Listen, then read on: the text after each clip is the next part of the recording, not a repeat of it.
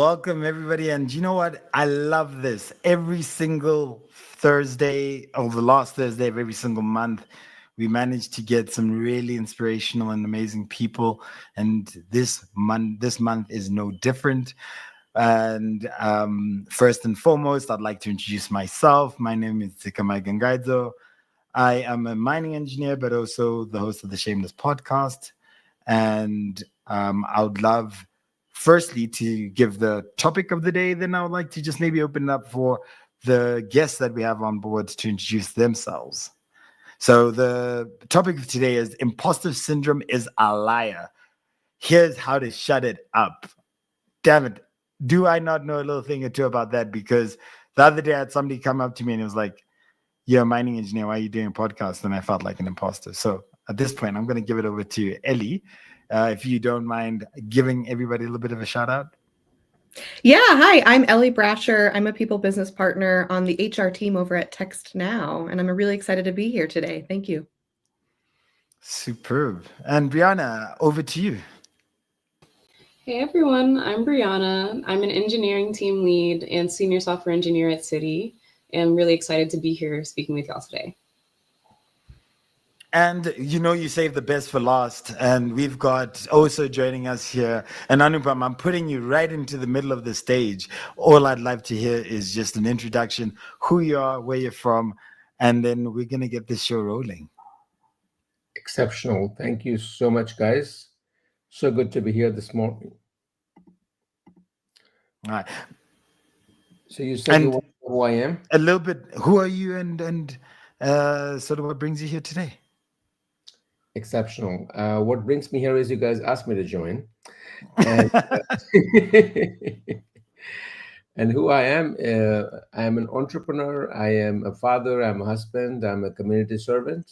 And most important, I am here to share my experiences and insights on some wonderful topics. Well, and I think I'm glad that we were able to get all three of you guys joining us today to talk about this topic.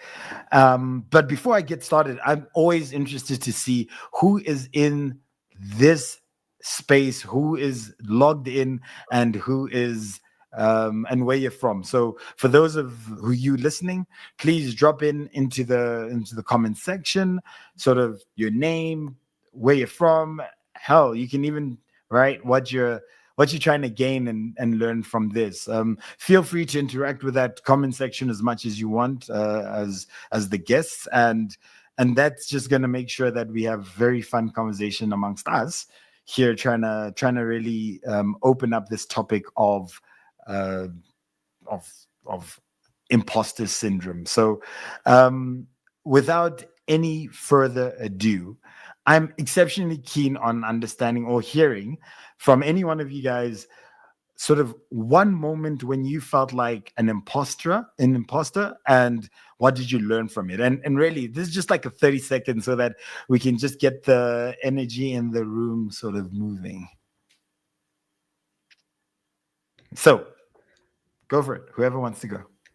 Yeah, I'm happy to go first. I would say a moment I felt this was when I was promoted to head of HR at 26 years old. I was so excited, but I was also so scared because I felt like I had so much to prove. It was honestly really, really hard at first. I learned that I was more ready than I expected when I stopped focusing on perfection and started focusing on progress. So that's definitely a moment that stands out for me. That's wonderful. Go ahead, Rihanna. I'll go next. Yeah. I remember this moment when I was just graduating. I got my degree in computer science, and I literally stopped myself from applying to some top companies because I felt like I didn't know what I was doing.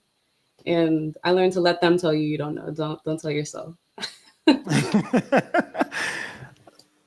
Anupam? Man, you got me thinking. I have got a dozen moments. I'll go with. So way back in 2004, I was applying to MBA programs, and out of good guidance or extreme vanity, I said I'm going to apply to only top 3 MBA programs. And when I got admission to NYU Eastern, which is known for its finance concentration, which I was trying to go for, um, I had an interview, and next day they called me to say, "Hey, we want to give an admission," and I was like, "They must be making a mistake because I know what kind of people who go there." So I had it took me 24 hours, kept waiting for that email confirmation to make sure they didn't make a mistake. When I saw got in writing and I paid my fees, I was like, "Yeah, this is real. I'm actually going to NYU." and and and I love all of those different examples, because not only did you feel like maybe you weren't worthy of being there, and correct me please, but you overcame that initial burden of doubt, self-doubt, more so than anything. how how has that journey been for each one of you to squash that inner voice that's really gives you that self-doubt? I mean, it when did you start reapplying for jobs that you felt like, you know what, let them tell me that I'm not good enough? Brianna, when was that? Or how did you manage that? Yeah, that's been, I think that dealing with an imposter syndrome, I feel like that's kind of a journey, right? It's not like a one and done thing. But I'll say it really helped when my manager on my second team, he gave me ownership over, the projects I was working on, really empowered me and gave me that voice to say, like, you are more capable than you think. And he let me prove that to myself. So with that voice, I've continued to apply, knowing that I am capable of doing hard things, and everything that was hard for me before, I have overcome. So what's stopping me from overcoming the next one? So I think just reaffirming those beliefs with yourself is really helpful. And then, Anupam, when you got into that MBA course, did you feel like an imposter, or did you quickly realize, like, wait a second, this is not that as great and high a wall as I made it out to be in my head? Or was it the wall as high as that? I mean, did you go, damn it, let me go back to where I belong?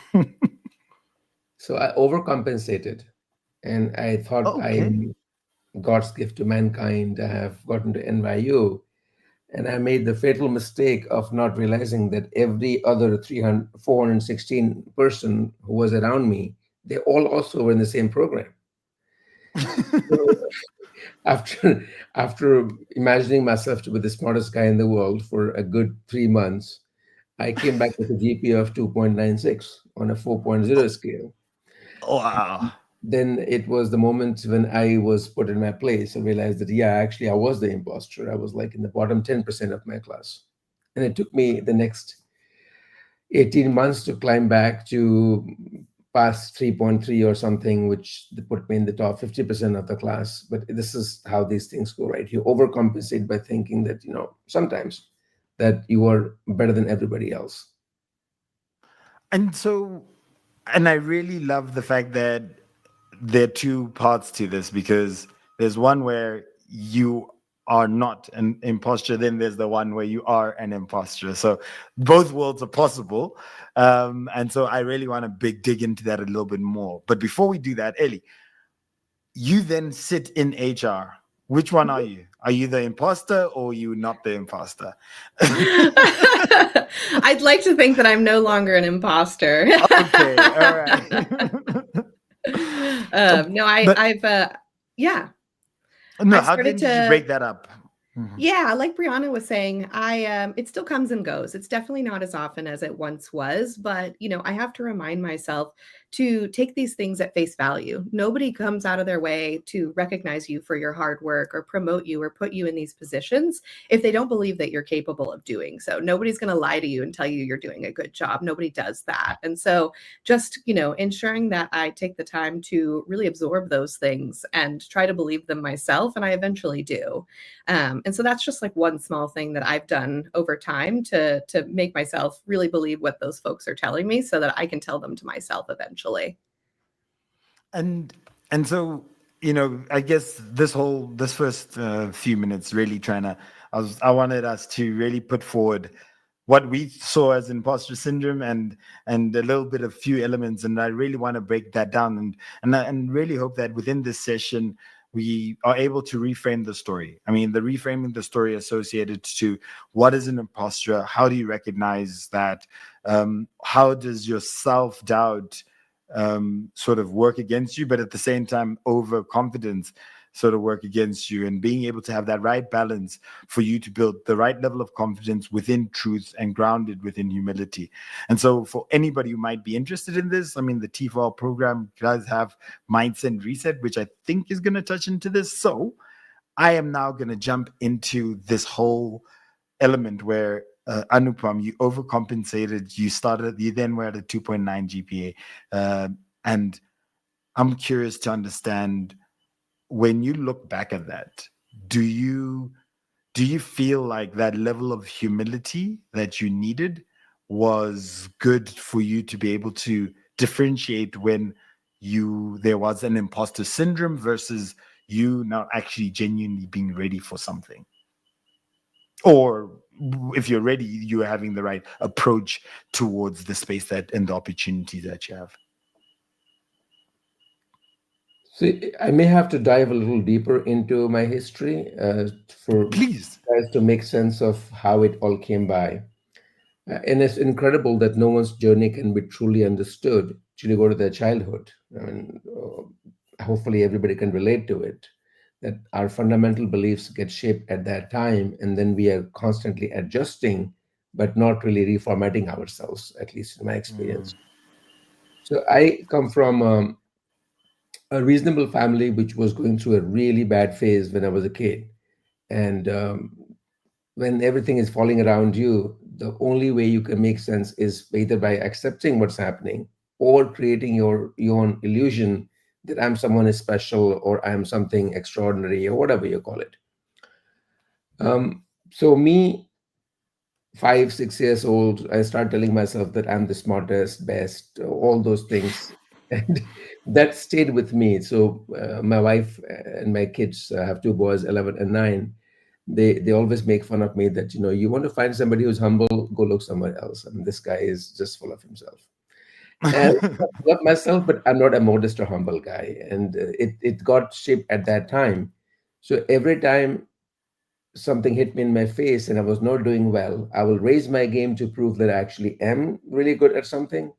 And then there's the next level, right? You enter a room full of smarter people and then you are smartest in the room, and then you go to the next room and start from the base again. So that's how it happened, that I overcompensate by thinking, hey, I made it here. I'm the smartest guy in this room. And then I realized, oops, not really. So I think for me, it has been a continuous evolution of believing I am and then realizing that I'm not, and then raising my game. But that has helped me get to many levels I never thought was possible when I was younger.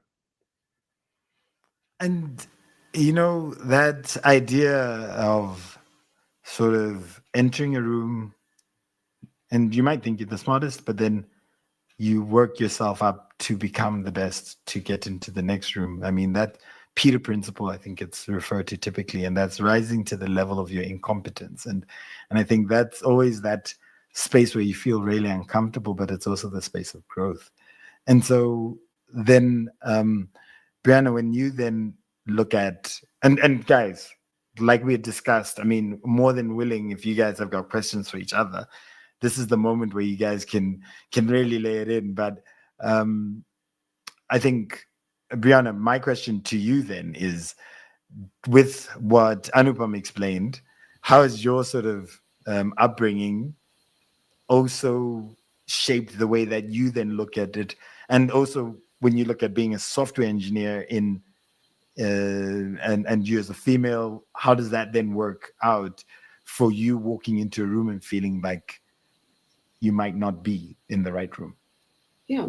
So I think I have a two-part answer for this. So first, I'll say similar to Anupam, when I was growing up, I definitely thought I was the smartest in the room. You couldn't tell me anything, like I knew it, right? What? And when I graduated high school, I was in the top 5% and I went to my university. I was like, oh yeah, no, I'm good. No. Just like he said, you think you're the smartest into the room until you enter a new room and everybody there, it's like, I just had to take a step back and sit down and humble myself, and as being a woman in tech, right? Specifically also being a Black woman, there's not many people who look like me that do what I do, right? So this is the part two, because that's where my imposter syndrome started, was in school. Finding other people who have done this journey before and watching them for inspiration really instilled in me that I could do it too. So I think one, humbling yourself is okay, but don't stay there, right? As you're in the journey, you continue to gain the skills and then learn from those around you. So I think part two is building that community of those who can support you and lift you up. That's beautiful. That's absolutely beautiful. And Ellie, when you then got into that role, or any other example, did you have people who then supported you through to get you past that part where you weren't feeling like, gosh, this is painful or scary? Oh, absolutely. I mean, thankfully I had a really strong network by that point, and I had a good few mentors in my life that I could absolutely lean on, but they weren't always the folks that I could lean on in these instances, and sometimes where I'd feel, moments of lacking confidence, or I had to do a presentation to the executives, like I would ask my friends to come over and listen to me present, to practice these presentations, not only to get their feedback, even if they have no idea what I'm talking about or care, just going through the motions of doing these things with them, and ensuring that I'm in a safe space, and leaning on those that love and care about me. Absolutely helped. And then, of course, my mentors, more in a professional sense, asking for their feedback often, and just being very thankful for it. I wasn't always looking for praise. I really was looking for ways to make myself stronger, better, and things to keep an eye out for, and just being aware of where I had areas of growth, because I wasn't perfect. I was not. And I knew that there were things that I could grow in, but I just set those goals, and I had accountability partners help me along the way to keep me accountable to making sure that I get to where I want to be, and do the best that I could in the role that I was given. So we've got, I love that. I see quite a lot of strong similarities across all three things that you guys have mentioned. And so I'm going to try to unpack each one of them further more. But we've got people from quite a few different places, which is always fun for me to see. So I'm just going to give it a shout out in terms of Florence from Botswana. We've got somebody who's excited to see, super excited to hear from Brianna. Hope Lawrence is also excited to hear from other people. Megan is just interested in Ellie, sorry. The Wendy from Texas, Megan from Toronto, Nyaga from Nairobi, Memphis, Tennessee, Ghana, Wendy. I mean, there are quite a few people here. Texas, Austin, Rispa, Kenya, Harare, Gaborone, Botswana. So, wow, I'm so glad that we've got all these people. And please, guys, let's keep your comments coming into the. Sorry, there's one person from Dar es Salaam, Tanzania, which I also didn't mention. So let's keep you guys posting within that, and let's keep the conversation sort of moving within the chat as well. So Ellie, question: reclaiming your confidence. Sometimes you talked about practicing, and at the end of the day, we really want to prove or earn your keep, right? You can't. Nothing is going to get handed to you, and in the end, you're going to have to build from a place and reclaim your confidence. Essentially, how do you separate facts from feelings, and turning that self-doubt into sort of the growth that you're talking about within the goals that you set for yourself? What's your view around that? Yeah, yeah. So to shift from like being in a very emotional state, being more I want to shift from that to being more self-aware and feeling more confident. And so I kind of start by asking myself, like, what are the facts and why am I here?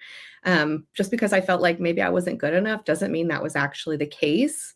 Or maybe I was telling myself I was unqualified for the role I was given. But I really did fact check myself. So I was chosen for this role because I met specific criteria. Maybe I was hired or promoted into it. I actually reviewed the job description and the requirements. That was something that helped me. Because at one point, I've grown into this role for a reason. And while the requirements feel strict, I do remind myself that it can be more fluid because I am expected to grow into these responsibilities. I'm not going to be the perfect person for this role as soon as I'm in it, because if I was, and if I was already going above and beyond, then I should be promoted to the next role anyway. So just reviewing that honestly, and I still do honestly, lean on my friends to give me feedback and listen to my boring presentations, because they are my biggest fans. They are absolutely my biggest fans, and they make me feel like the most amazing professional kick-ass woman on the planet, if I'm going to be totally honest. Apologies for my language there.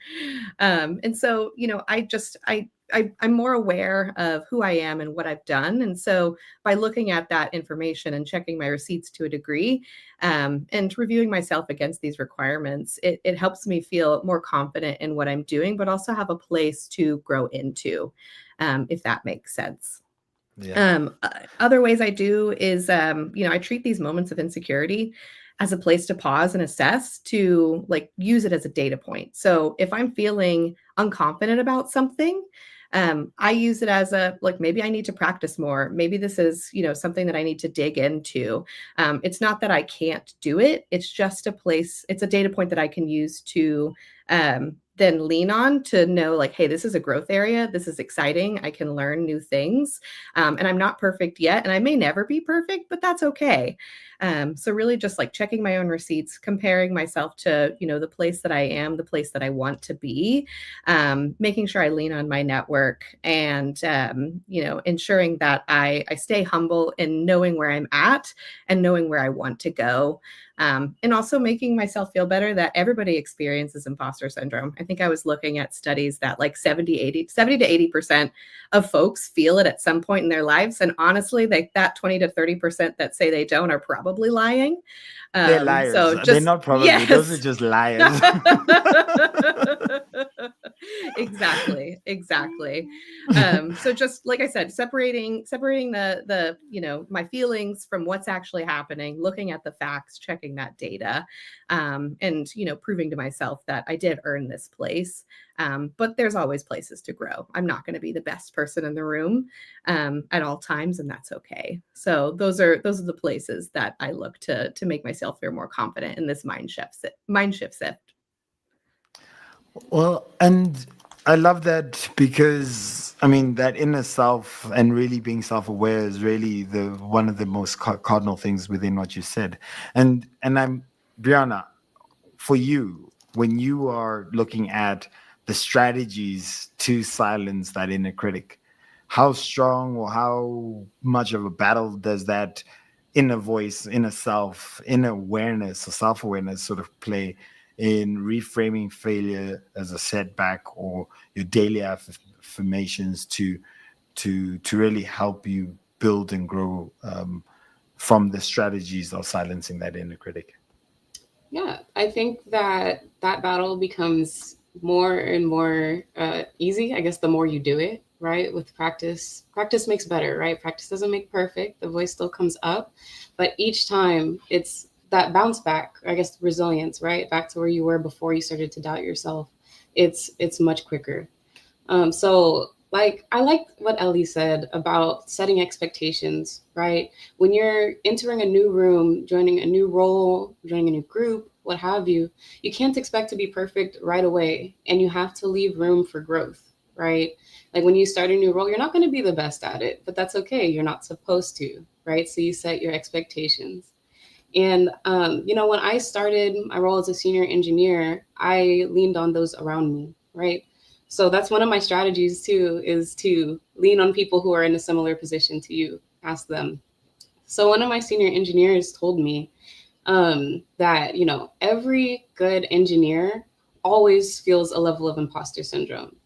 And what that signals is that you care, and that should make you feel more confident in yourself because you know that you will grow because you want to, because you doubt yourself. Like, it's kind of a cycle that feeds into itself. So that made me feel more confident because I knew I had a standard for myself. So Again, as far as using strategies go, affirmations, right? I am the same person who overcame every battle that I thought I wasn't going to overcome before, right? So then why can't I? Like, literally, why not me? Like, why not me? When other people are doing, these huge things, why could I not do that? And I can't find a good reason that that I couldn't overcome. If I don't know something, well, I can go learn it. If I have a fear, I can overcome that fear by exposure. There are techniques to overcome all of these blockers. So I think there's a level of confidence that you have to have in yourself, to be able to grow and to change, to overcome those things that are the overcome that voice that's giving you the doubt. And then question around the sometimes we know what might be coming. We might have goals, we might set goals, we might have targets, and we might be working towards attaining certain skills. But sometimes you don't know. But where does that level of competence into what you know versus what you don't know, what you've learned versus what you don't know, they haven't learned? Because there's a competence piece to this that I can be confident but incompetent, and that's just Yes. bad. So, in your view, that how do you identify that from your own perspective? That's a good question. Um, I guess I in can the throw it to Anupam. I can throw it to Anupam if you want. We I don't mean, mind parking buses on other people, but yeah, please go ahead. oh no, we can share this answer because I think I might have Okay, a go. couple little pieces, and then we can close the gap here. But I really just look at those around me. I'm gonna, and I sound like a broken record, right? But I feel like observation and pattern recognition can really show you more than just introspection. Sometimes, if you're feeling there's something that's called like conscious incompetence and unconscious incompetence. This when you know what you or you think you know everything and you don't know what you don't know. That's scary, and we don't want to be there. So what you want to do is to, again, I'm sorry, reach out to the people around you. Say, this is my goal. This is what I'm trying to do. How did you, go about doing this? Or this is what I'm working on. Do you see any room where I can improve? In the year 2025, we also have technology. We have AI tools as well. So if you have a goal that you're trying to reach and you have the things that you've done in the past, what you're working on right now, you can refer that as a cross point to see, like, am I on the right track here? Or do I need to change my approach? Something like that. So I like to, not only just lean on myself, but really lean on the tools and resources that I have around me.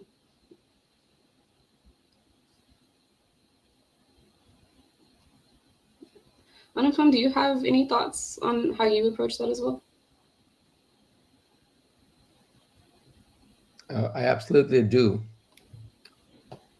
It's You used a magic word called pattern recognition in answering your question.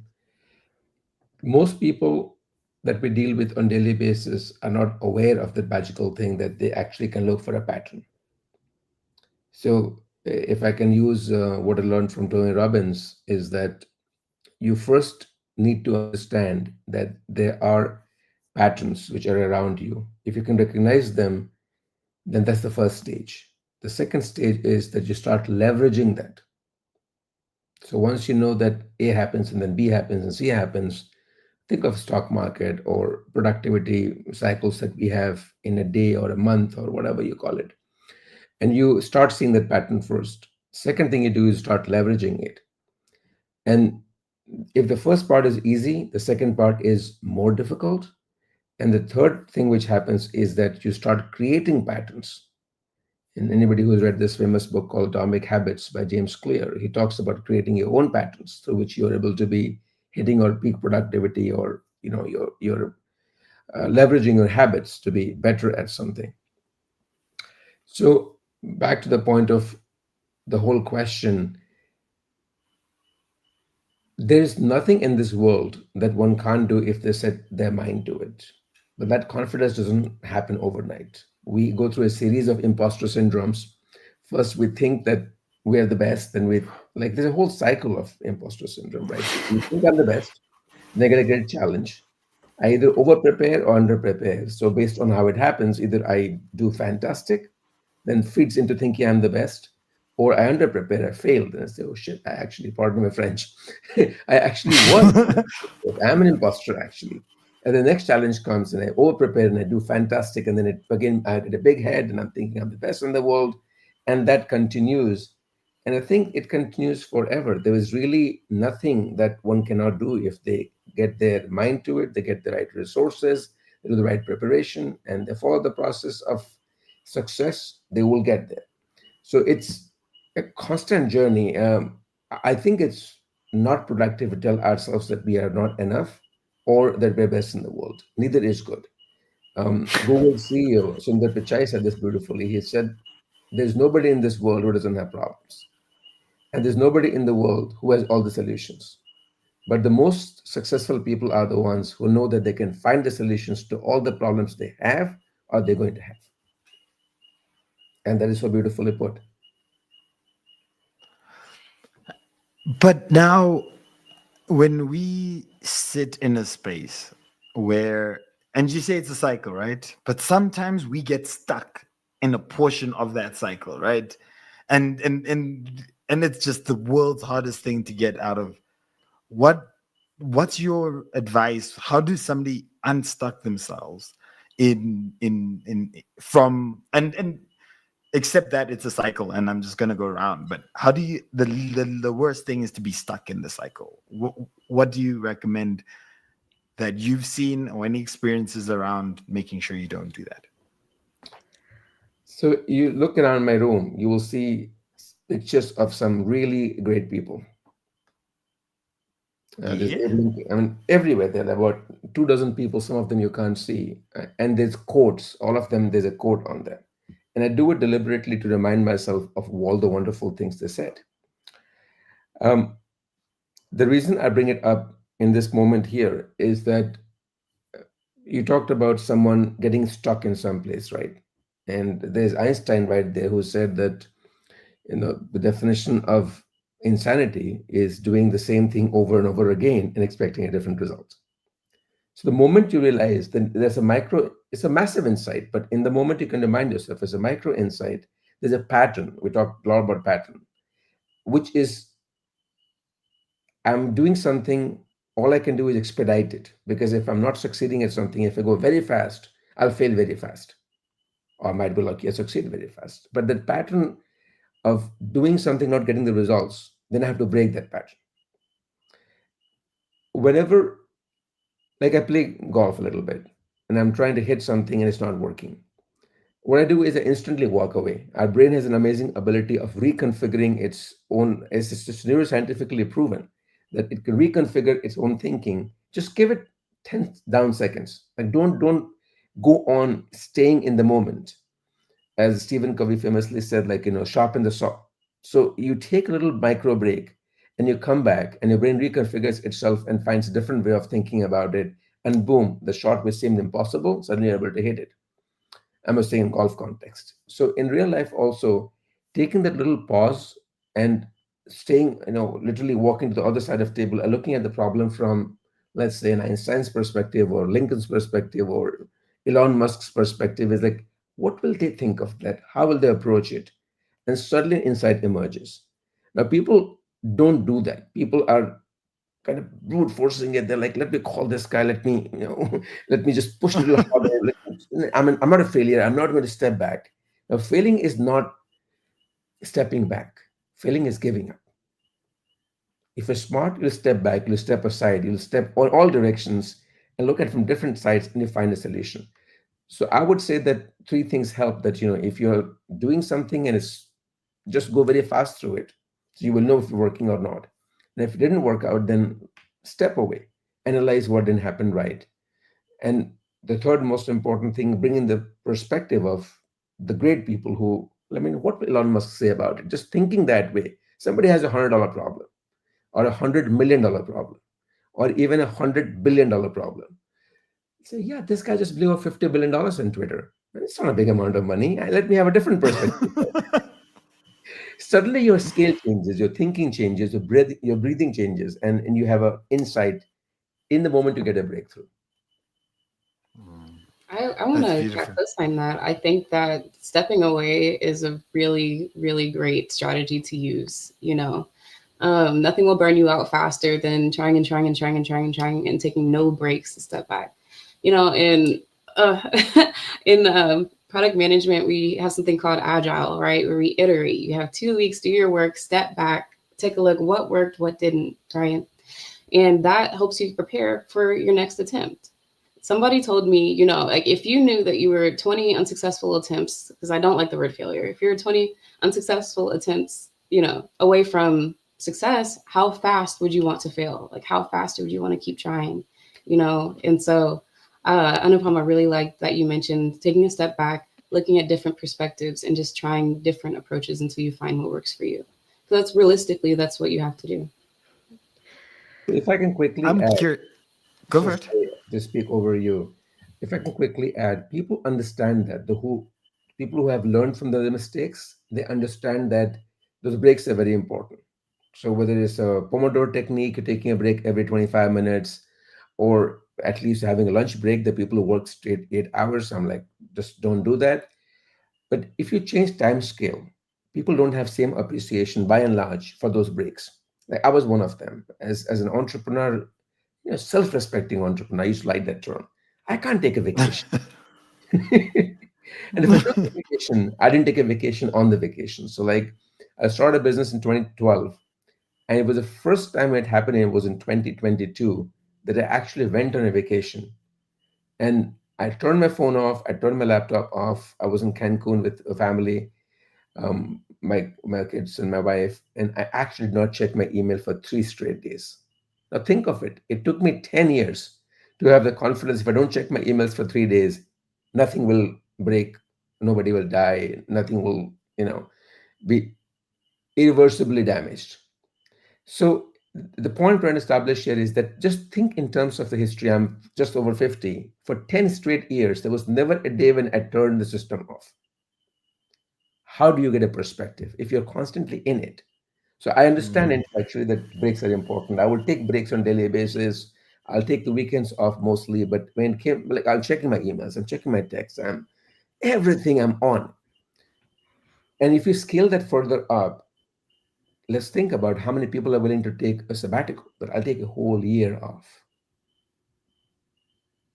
Imagine what That's happens. Whole year off. I, I don't know. I just can't even imagine that. Like that just sounds crazy. Exactly. But if your 5 minute break can give you insight, if a 2 week Yes. vacation can give you a fresh new outlook on life, and the 2022 break which I took was just 1 week. When I came back, people were like, "What's wrong with you? You've got so many new ideas. You're approaching everything differently." I'm like, "Yeah, my brain reconfigured everything in 1 week's time." Yeah. Yep. Now, if you That's take a interesting. 3 month break from in between jobs or in between career changes or business changes, whatever it is, wanted to try that. So I'm saying the value of a complete detox from something is incredible, but people are scared of doing it. And so I'm curious from Ellie's point of view, you're within the HR space. Have you how do you view that balance between letting people take a break in order to have that reflection versus, some of the interests that we drive in terms of getting most out of individuals? And again, this is about I'm just trying to make sure that we tie it back to from you being an imposter or feeling like you're an imposter and not being stuck in a space. If we're expecting too much from people continuously, then they don't get that opportunity to get out, and then they might get stuck in that circle that we're referring to. What is your Yeah. take from your views? Yeah. Well, I am a true believer in burnout is absolutely real. And, not taking a break is more detrimental to yourself than just continuing to work and, grind the night oil, whatever saying you want to go with there. In companies that I've worked at, I have always encouraged or only wanted to work at a company where they didn't have a maximum number of days to take off, but they had a minimum number of days to take off. And so, it's not just like, hey, you can take up to 4 weeks of this year of time off, but it is you have to take 3 weeks or 4 weeks of time off each year, because we know that by having the balance, by having that time off, you come back more refreshed, you come back more excited, you have more ideas. And so, when it comes to, in my field and working with my leaders, we actually go through, PTO several times a year, not because I'm there to police it, but I'm there to ensure that folks are taking the time off that they should be taking time off, and that they deserve to take. Like, it's part of their package of being, a member of our team. And we want to make sure that they're always, operating at the best that they can. And to do so, they need to take a break. They need to have some separation. And I find that folks are far more, excited to be back and have more ideas. Like Anupam said, like coming back from vacation, having a million ideas. That's what we see. Like folks, leave. We don't want to drive somebody to burnout, because, that takes a bit of time to come back from. It's not something that you can just switch on and off. And so taking that time and having that balance is truly part of, being the best that you can be, both professionally and personally. And I love that, because it's a reflection of what is important, and then how do you get more out of yourself. And if you're not conscious about that, it might be incredibly difficult. So I want to make sure I'm managing the time. So I'm very curious, if I was to ask each one of you for 2 practical tools, what would you say that what would you say those would be? So I'm going to ask Brianna, Ellie, then Anupam.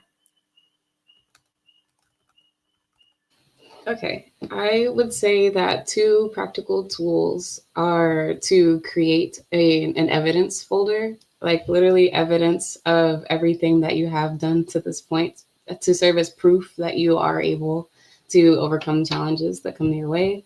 So, whether that, like for me, what I've done is I collected feedback from all of my teammates this year. Our job has a system where you can go and request feedback. And, because I was kind of feeling like, oh, I'm not sure I'm doing the best, I hope that I am. And I had feelings of doubt. All of the pieces of feedback that came back really affirmed to me that my team thought I was a valuable player, that I was helpful, knowledgeable, and that helped me feel better about myself. And now when I feel that doubt, I can go back and read those messages, and that's proof to me, right? And then reframing. Reframing is another tool that I like to use. So taking a step back and looking from a different perspective. Again, affirming to yourself, you have solved hard problems before, you have done hard things, and you are still here, right? And that's, again, proof to yourself that you're capable of doing whatever or whatever challenge comes your way next. In terms of tools on my end, I absolutely echo what Brianna said about like keeping that folder of receipts, basically like ensuring that you keep track of what you've accomplished, not only like the goals that you want to attain, but when you attained them, how you attained them, what that data looks like. I also keep track of whenever, I'm recognized within my company. We have, recognition as a system that we encourage folks to use. And so whenever I'm recognized for a good job done or a big project coming out, or good job on a presentation, I save that as well. And I go back and read these things, because not only is it an accomplishment, but I try to repeat those things to myself, because again, like whenever somebody, tells you, hey, good job, Ellie, some of the first instincts that, I may have had earlier in my career was to deny that. To not really believe them. And so by repeating these almost like affirmations to myself to a degree, I start to believe them myself. And that leads me to, one more tool that I find helpful. And, in terms of my my experience, my knowledge, what I've accomplished in my career, those are real. Those are not things that I'm making up. But sometimes the confidence that I feel, I am making up. Like, I don't always feel as confident as I may show myself to be. And so I think of somebody in my life or somebody that I admire out in the world, and I'm like, they're confident. They may not always feel it on the inside, but they show it on the outside. So why can't I do that? Kind of like what Brianna was saying earlier, actually, like, they're confident. So why can't I be too? So almost kind of like a fake it till you make it, but only with confidence, not with actually what I've accomplished and, my knowledge, skills, and abilities. So those absolutely help me in overcoming those, feelings of lacking of confidence and imposter syndrome when it feels like it's just too much. So those are my things. What about you, Anupam?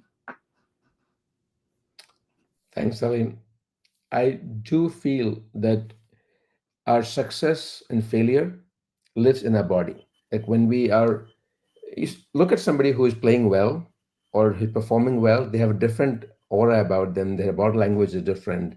They enter a room and they're like people giving space to them. So we all have an energetic response to what is living in their body in terms of they're having attained a certain level of accomplishment, which is really in the DNA. Now they believe they can do it. So the more we achieve, the more we start realizing we can do more. But in terms of the tools, specifically two questions. One is a mindset, and the second is a process. So I'm going to say the mindset is that please, everybody should know that whatever challenge they are signing up for, and we should all take stretch goals. We should not take safety goals. It's like some people say, my goal this year is to buy a new car. I mean, that can't be a goal because you have done this before. What is learning in you buying a new car? But how often people say that my goal is to buy a new car or buy a new house or buy, go on a vacation. A goal should be something you have, which is going to stretch you. So the first thing I say is, remember, wherever you are, pick a stretch goal. If I have choices of projects or choices of businesses or choices of roles, I should take something which is really going to stretch me. And the second piece is, it's a phenomenal book called Thinking Fast and Slow. The author won not Academy Award, he won a Nobel Prize for his work. But Thinking Fast and Slow, it's a framework, it's a process. So there are decisions we can make really quickly. Whatever I have for lunch today, and some people can take an hour to decide what they want to have for lunch. It doesn't really change my life. If I miss an appointment, it's not going to change my life. If I miss a flight, unless it's a meeting with Elon Musk or something like that, or Donald Trump, it's not going to change my change my life. But people stress a lot over small things which don't matter. And there are about 80-90% things that are small. But the 10% things which are really critical, like which business I go into, who do I hire, which, the big decisions, one should actually go very slow about that. So if you pick a stretch goal and you are choosing the difference between signal and noise, as one can say, in terms of thinking fast and slow, between those two, it's easy to keep the imposter syndrome out of this. Because if I just jump into something, I might win and think I'm the smartest guy in the world, and or I might fail, then I think, oh my God, I'm no good. So those two will keep you away from imposter syndrome. And I'm preaching that. However, I'm yet to practice it fully. And that might be the only humble thing which I'm saying all day here today.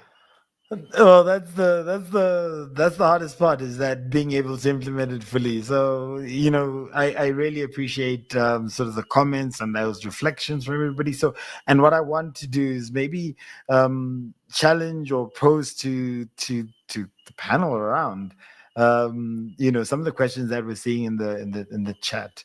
And the first one I'm going to just maybe pose is, what are some common triggers for imposter syndrome? Yeah, I think there's a lot of them, but honestly, like yearning for perfection, like trying to be as perfect as possible because that is what you feel is expected of you. Denying your own competence and capabilities, so like not believing in yourself to begin with. I've tried to be a hero earlier in my career. That definitely led to imposter syndrome, where I tried to save the day in every way, shape, or form.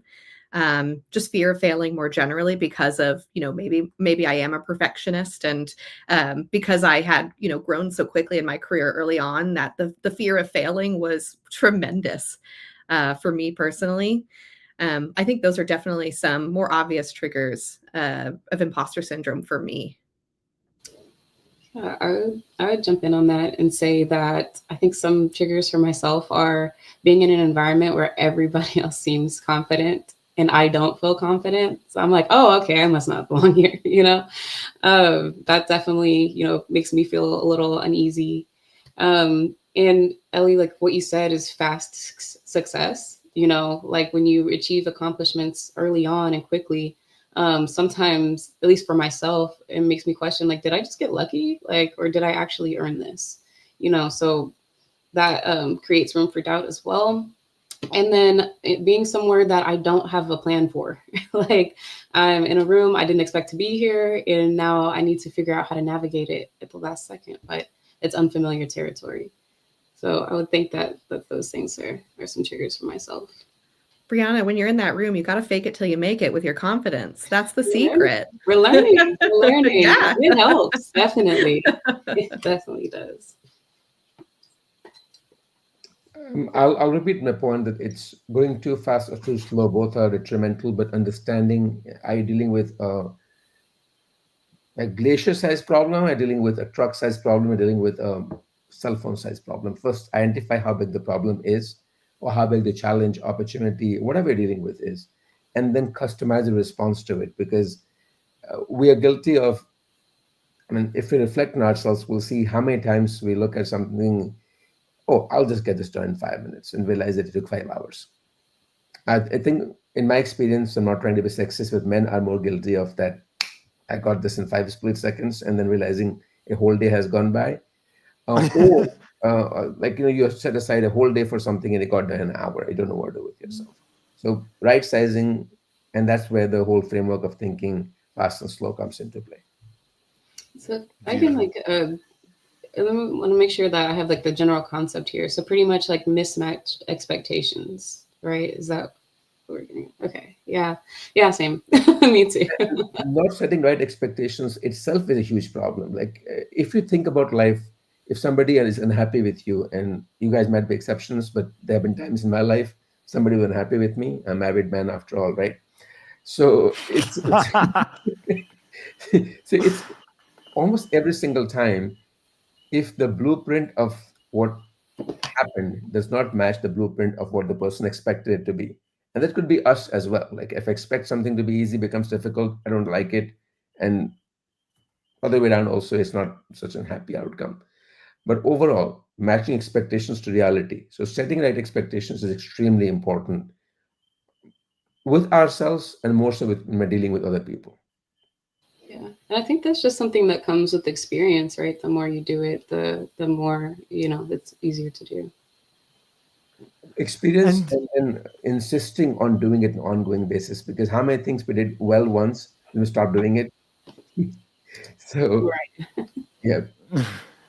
and so I'm gonna jump into the next question, because that question obviously triggered a bit from all of us. And is, how can I use AI to make sure you sound authentic? Or that's the question, and I'd like to hear the answer. I've got a spin-off from that same question, which I'll ask afterwards. I use AI for inspiration, I guess. Like if I am struggling to come up with the starting point, that's where I use AI. But generally, I'll step away, or vice versa, right? Really, what I like to do is come up with an idea of what to say first, and then use AI to check what I have. So, but I think the big key is to not use AI every step of the way. Use it as a reference point, and then iterate on what you've gotten back. So, and make it sound like you. So say it again and again until it sounds like yourself. But don't, you can't copy and paste and expect that to sound like someone. You're yourself. Yeah, I And honestly do the same thing when it comes to AI. I use it as as the starting point to help my creative juices get flowing, but I'm not going to use it to write a script for me or write a presentation for me. I kind of iterate on it, and I have a lot of thoughts in my head. I'm just going to brain dump into AI and it'll help me organize it, but I'm not copying and pasting and using it word for word. I'm like, oh, that's a great idea. That's a good flow. Definitely not me. Nope, not going to use that. And sometimes I'll do it like, whoa, this sentence feels really funny. I'll put it in and get more ideas for it. But I don't lean on it to write what I'm going to say for me. I lean on it as like another person that I can ask for feedback from like immediately. So that's how I use AI. And I'm curious for anybody who's in the conversation, who's listening, how to use AI in order to be able to either identify, support, guide, whichever part of that imposter circle that you might be in. And I'm curious to understand. I'm going to jump straight into the next question. And that is, does imposter show up differently for you now than it did earlier within your career? And how has that evolved over time?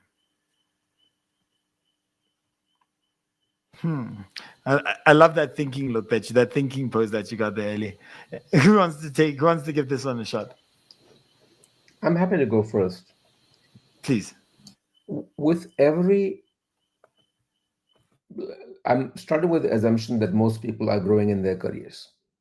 And it's not a valid assumption, but let's work with that. When someone takes on a challenge, let's say it's a 2 upon 10 scale challenge, and they succeed, they are bound to not have the imposter syndrome if they're dealing next time with a level 2 on 10 challenge. They will obviously be able to face that when dealing with a bigger opportunity now. So, as we evolve through our careers, it's important, as we agreed upon, that keeping an evidence of what success looks like. I'm not saying you need to have a written record of it, but your body canvas, your body is a record of all the success you have achieved. It kind of reminds you that you did achieve that. So, as we go through our life stages, we will have a different response to a challenge, whether we succeed or fail. Depending on that, the evolution will be different. But that being said, it is bound to be different in advanced stage of a career than it was earlier on. Earlier on, people will hit success, they'll have no understanding of how they achieved it, and then they will go on guessing as to if it was luck or coincidence or something of that sort. But as they step up in a more mature phase of their professional or personal life, they should have less and less of imposter syndrome. And that is something which I've experienced as well. I was trying to go from a general situation to specific situation, and I feel that's how it is. I think And on my end, oh, sorry, I was going to say on no, my go end, first. yeah, what it looked like. I would say earlier in my career, I asked for feedback all the time, like way too often as a way to course correct, and I probably drove my managers wild because I was asking for feedback on every tiny little thing because I was just not confident in it, and that's how my imposter syndrome was showing up. How it's evolved, I think that, like Anupam said, like it's not as often anymore because I have grown more confident in my own skills, and people lean on me for things. They respect my opinion.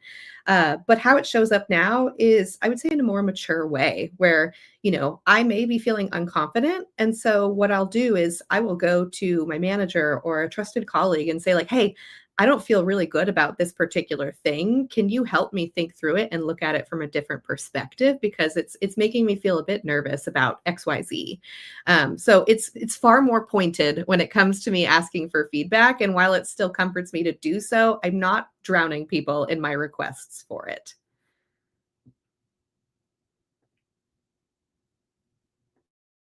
Oh, I can't I'm hear out here you. talking to Oh, myself. Yeah, sorry. yep, I there was you out are. here talking to myself. But no, I absolutely love that. And I am gonna not jump and pull that thread as tempting as it is. I'm gonna jump straight into the next question because I realize I'm not gonna manage to ask all these wonderful questions that I hear. And so I'm gonna just pick a handful. And the first one is, does the speed of change in tech make you doubt your skills sometimes?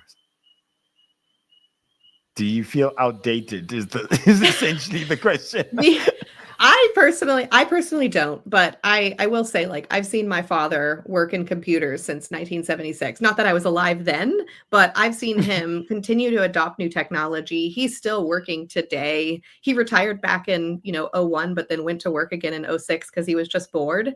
And he's so excited about technology. He's working in tech still, and he was one of the first on his team to adopt AI, and he's actually training the other members on his team to adopt AI, and he's almost 70. And so if he can do it, I can do it. Thank you. And anybody else who might want to chime in on that? Yeah, Last I one, love Chen. the Go way for Ellie jumped and said, "I wasn't there in 1976." Don't get my age wrong. it. I was there in 1976, so just to make sure that people get how experienced I am. But I do think that there is a merit that the speed with which technology is changing should make people doubt their skills. When they say skills, it's not absolute skills, it's comparative skills. We all have heard this thing line, right? That you will not lose your job to AI, but you lose your job to a person who's using AI. It's not different from saying that, somebody who is taking a flight to get from point A to point B while I'm driving or I'm walking, they're going to get there faster. It's no doubt about that. So it's not absolute skills, but it's comparative skills. And people who are skilling up using AI or any other technology, and we're talking about nanotechnology now, we're going to be having brain implants or whatever they're going to call it, or the people who are using technology, not only computer technology, right? The people who use technology to sleep better or to train better or to get into a peak state better. So whatever they're doing in terms of using a technology to skill up, comparatively, we should worry about that better technology available, people using it, they will do better than us unless we adapt. Yeah, You so I do want to add to that. go Yeah, for it. so similar to what Anupam was saying, yeah, I think it is normal to feel a feeling of doubt when you see the industry changing so quickly, right? But we have to remember that this is not the first industry change. We've had the .net boom, the .com boom, I mean, and different waves of new technologies being introduced at every stage of the process, right? And so I think a good tool to deal with that is leaning back on that pattern recognition skills, right? People have overcome every transition before this, right? How did they do it? By learning, adapting, changing your skill set, right? So once you know what you need to do, come up with a plan, right? All you have to do is follow through on the plan. And that should give you a level of confidence that you'll be able to adapt with the changing of the times. That's brilliant, beautiful, and you know what? I've enjoyed this conversation so much. For anybody who's enjoyed this, I think one of the main things that the first things that I'd like to just highlight is they should all feel free to connect with you, or whether it's on LinkedIn or any other space that might be of interest. And as we sort of wrap this up, you guys, please do share your LinkedIn handle or Twitter handle, whatever handle they can get you on. Please do share that, and would love for these conversations to continue running on.